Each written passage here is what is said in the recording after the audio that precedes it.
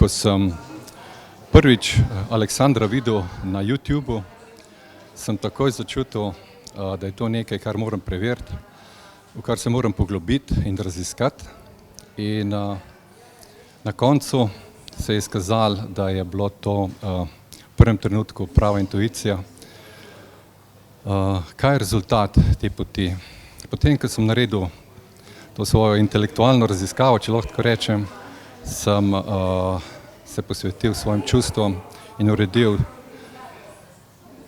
zadeve na ta način, da zdaj o stvareh, o katerih sem prej samo sanjal, ampak so mi čustvene ovire onemogočale, da stvari postavim na svoje mesto in da postanejo del mojega življenja, zdaj postajajo tisto, kar načrtujem in kar bom v prihodnosti izpeljal. Najlepša hvala.